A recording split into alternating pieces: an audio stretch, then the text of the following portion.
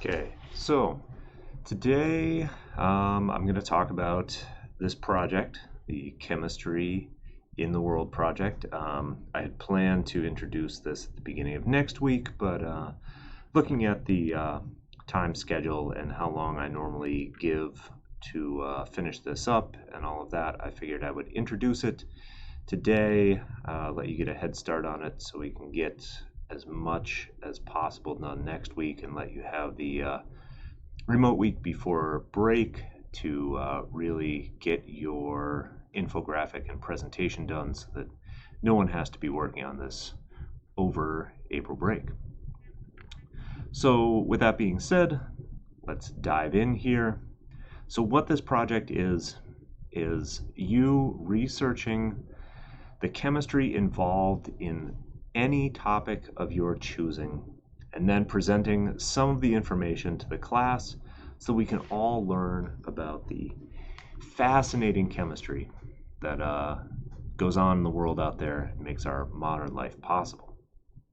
So, right, that sounds like a big task, and it can be, so let's focus on some things and let me clarify some of these points. So first off, you should choose a topic that you are interested in. Right? Like I say here, it doesn't matter what you choose as long as it is school appropriate. I guarantee that chemistry is involved in some way. Right? Chemistry is in everything. So second, focus on something pretty specific. Right? For example, let's say you're interested in sports. It's kind of a broad topic though. There's far too much chemistry involved to research in a whole lifetime, let alone the amount of time I'm giving you. All right, so rather than researching endlessly, we'll focus on a specific portion of sports. All right, so some examples might be you love snowboarding, because who doesn't, right? And you'd like to know more about the chemistry involved in the coatings that are used during the manufacture of the boards. That would be a good topic. Or you're hyped about racing and have always wondered just what is carbon fiber and how is it made? That would not be another good topic. Or three, perhaps you're a huge Mark McGuire fan, probably for his appearance on an episode of The Simpsons. You've got questions about steroids or human growth hormones and their use in sports, right? So that would be another good topic. All right, but it doesn't have to be sports. You can apply it to any topic, like music. All right, what do they use to lacquer instruments? What are CDs made from? Although this is less relevant these days since there may be some people here who have never actually even seen a CD, right? 'Cause everything's online now. Art. What do they use as binders in acrylic paints? What do they use as pigment in Van Dyke Brown oil paint? Crime scene investigation. What is that stuff that they spray on the crime scene to make blood light up under a black light, and how does it work? Or food, right, like we've been talking about lately. Things like, what exactly is Velveeta cheese? Because, as it says here, I'm pretty sure it's not actually cheese. So, as you can see, no matter what topic you choose, there's going to be chemistry in there. And so some of the things that you will need to research about that chemistry are, what are the primary chemical or chemicals involved in the topic you are researching? If there are more than about 4 or 5, you should probably look at something else more specific or really try to pare it down to the essential chemicals. What are the properties of this chemical that make it ideal for the topic that you are researching? So basically the question is, why this chemical and not something else?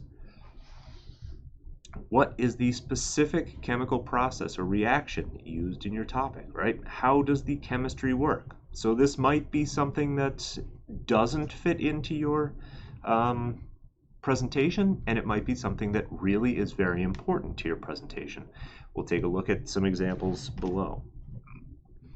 What, if any, are the hazards or health concerns present in the production or use of the chemical in your topic, right? What are the hazards in manufacture? What are the health concerns? What are the environmental impacts, right?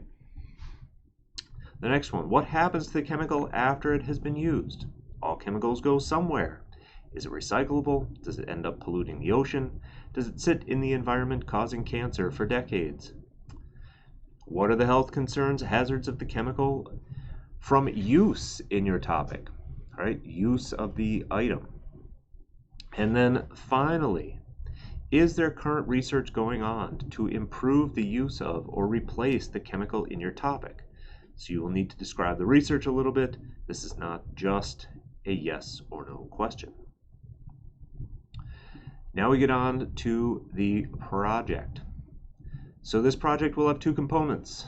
The first part is an infographic, which I'm sure all of you love. And you will not only hand this in, but you will also use it during the second part, which is a presentation to the class, teaching us all about the interesting chemistry that you have learned about. So to answer the big question that I'm certain all of you are going to ask, and normally I give this in class, so it says if you haven't already, and I probably said, just wait, we'll get to that. Can we work in groups? So the answer is yes, but groups of two. So technically not groups, but pairs, right? 2 people to a group, no more. So however, right, this means that if you cannot get together with your partner outside of class or do not have a way to work together when not at school, do not partner with that person because, every other week we're not at school. So also, just to be clear, you can work on your own if you would like. So the infographic. This will be a scientific infographic, which is a little different from the posters that are used to making for class. So the products are a little bit like a lab report condensed into a few pictures, paragraphs, and spiced up with some eye-catching graphics. So the infographic should include the main points of your research, including all the following information, right? Name of your chemicals, what it's used for, why this chemical is used, specific reactions, including the structures for your most important chemicals, the impacts, both health and environmental, research into new chemicals to replace or improve the chemical methods in your topic, and then of course, underlined in capital letters, you must cite your sources. So I've listed one resource for you to look at that will give you some idea of what a chemistry infographic looks like and how it's set up. I also provided 2 examples here. So Compound Chem, this website, great website. The guy does a lot of cool stuff. So the other thing, keep in mind, this should only be 1 page, not a slideshow. 1 page infographic. If you have made more than 1 page, you have made too many. Keep that in mind. So the presentation portion. You'll be giving a presentation to the class about your topic. For this presentation, you'll use your infographic as a guide, so it will need to be visible for the presentation. And you will go into greater detail about each topic on the poster. Okay, so your presentation should be rehearsed, and both members of the group need to speak and be visible if you are working in a group. I am not going to put a time limit on this presentation other than to say, if it only takes 1 or 2 minutes, you probably need more information. If your presentation is running into the 15-minute mark, you have way too much information. So your presentation infographic should hold only the most vital information. You should not be reading word for word off it. And the last point here, the presentation can be live in front of the class or a video. If you do a video, you must be visible in it. Infographic examples, right? Here's the first one, chemistry of cold medicines. As you can see, several different chemicals, and each of them are filed under certain categories, and there's some information about what they do. Another one, chemistry of glue. Again, some general information. It's broken down into categories. There's some structures and information about what those chemicals do, right, and why they're used.